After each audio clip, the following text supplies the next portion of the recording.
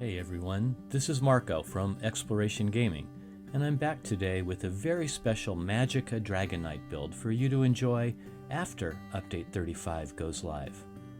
If you like this vibe and don't want to miss out on future content, I'd really like it if you could subscribe. It costs you nothing and it helps this channel out a bunch.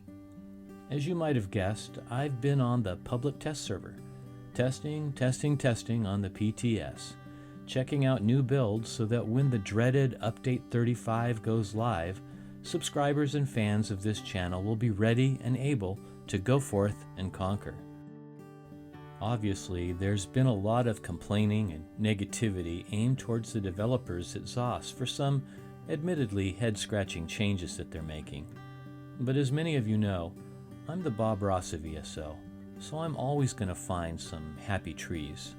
I'm not a crybaby or a whiner, and I don't do doom and gloom.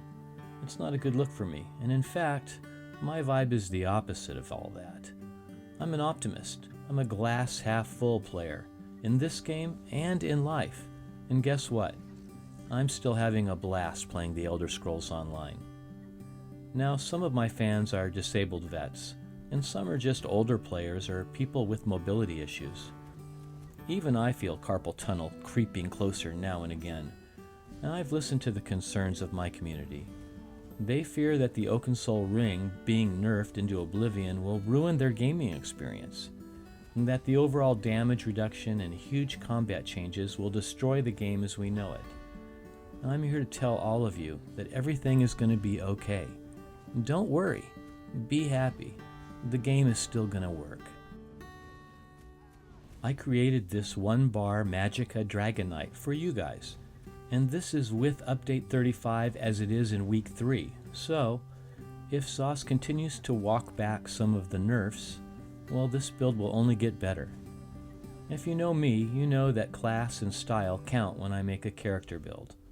This is a Dragon Knight, so naturally I went with loads of class abilities and, well, fire. Lots of fire. I want the fights to look like we're torching our enemies, so the armor sets I chose, as well as the abilities, complement that fiery theme. Now for the record, I don't care too much for humping the parse dummy. If you want exact facts and figures, you're going to have to go to one of the sweaty boys who like spreadsheets and numbers, because that's not me. I will show you some solo fights against world bosses, and I'm even doing 4-man dungeons solo with this build. So I have some confidence that it can withstand nearly all of the content in ESO, even with Update 35. So let's get into it. I'm a High Elf Magika DragonKnight, so 64 attribute points into Magika. Our Mundus Boon is the Thief because we want as much critical chance as possible. For the food buff, I'm using Bewitched Sugar Skulls, but obviously there are other good alternatives out there. For the potion, I'm using Tristats. Okay. On to the fun stuff. We're using the Oakensoul Mythic Ring, which still gives us 14 buffs, including Major Sorcery and Major Prophecy. Of course, it makes using the back bar impossible, but that's how we like it. Our one-piece monster set is Slimecraw, which has the added bonus of looking a bit like a dragon's head, and giving us 770 critical chance. You want to get this as a light armor piece with a divine trait and a Magika enchant if you can. Now both our 5-piece sets are light armor, so you can mix and match a bit because one of them is a dungeon set that you're going to have to farm.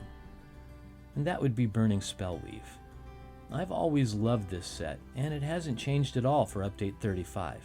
In fact, none of my gear choices have changed in the patch, except for the Oakensoul, which as we all know is in constant flux.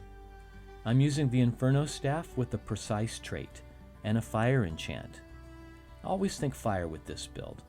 Now Burning Spellweave adds a 1096 Magika, 129 weapon and spell damage, 657 crit chance, and the 5-piece does this. When we deal damage with the Flame Damage ability, you apply the Burning Status effect, increasing weapon and spell damage by 490 for 8 seconds. And guess what? All of our abilities will be dealing flame damage. Burning Spellweave can be found in the City of Ash, both 1 and 2. Now the second set is rarely mentioned by most buildmasters. It's the Silks of the Sun set. Now this is very similar to BSW. Crit chance, magicka, weapon and spell, exactly the same numbers until we get to the 5th item. And here, instead of a dot, it just adds a flat 400 weapon and spell damage to our flame abilities. Now since this is an easy to get overland set from Stone Falls, I'm using 5 pieces on the body. All divines, all magicka enchants. Now this set can be found on Guild Traders and it's truly a bargain there. Okay, let's check out the abilities and see how we make this dragon fly. Molten Whip is our first ability, our spammable, which now costs both stamina and magicka in this patch.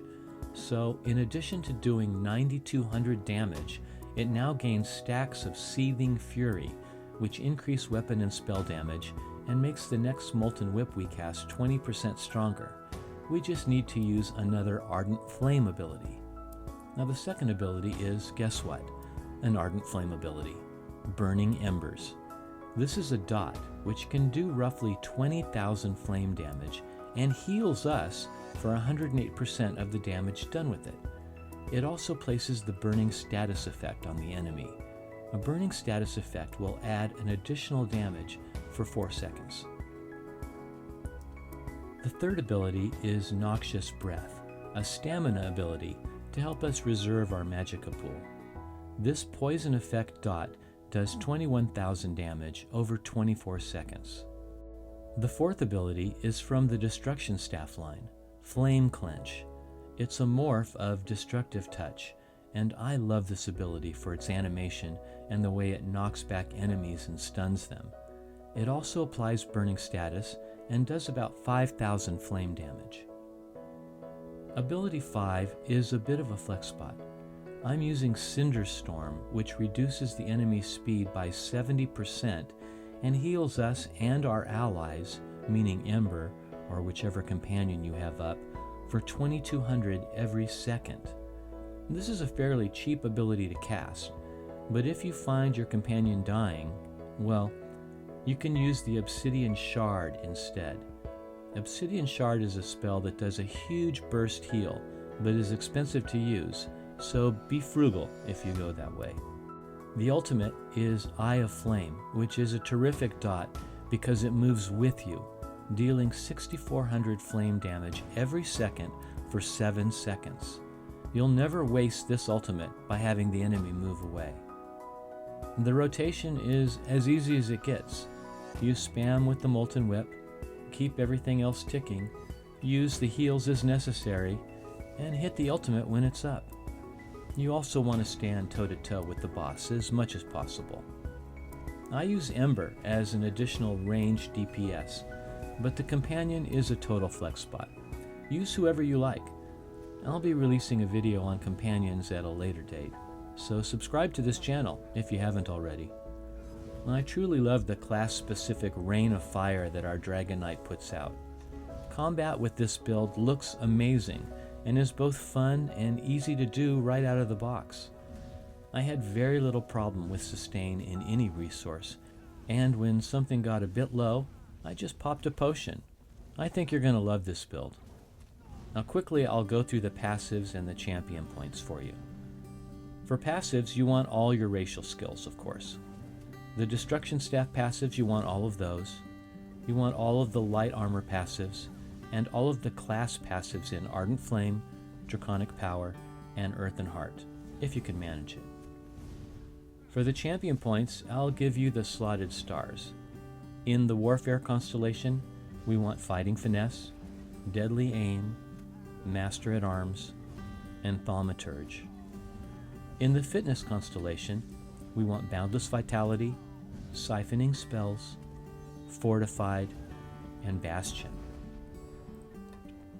The Craft constellation is completely up to your own preferences, but Rationer is good for making food last, and Liquid Efficiency can help a bit with potion consumption. And that's about it, but we can watch some combat to close out this video.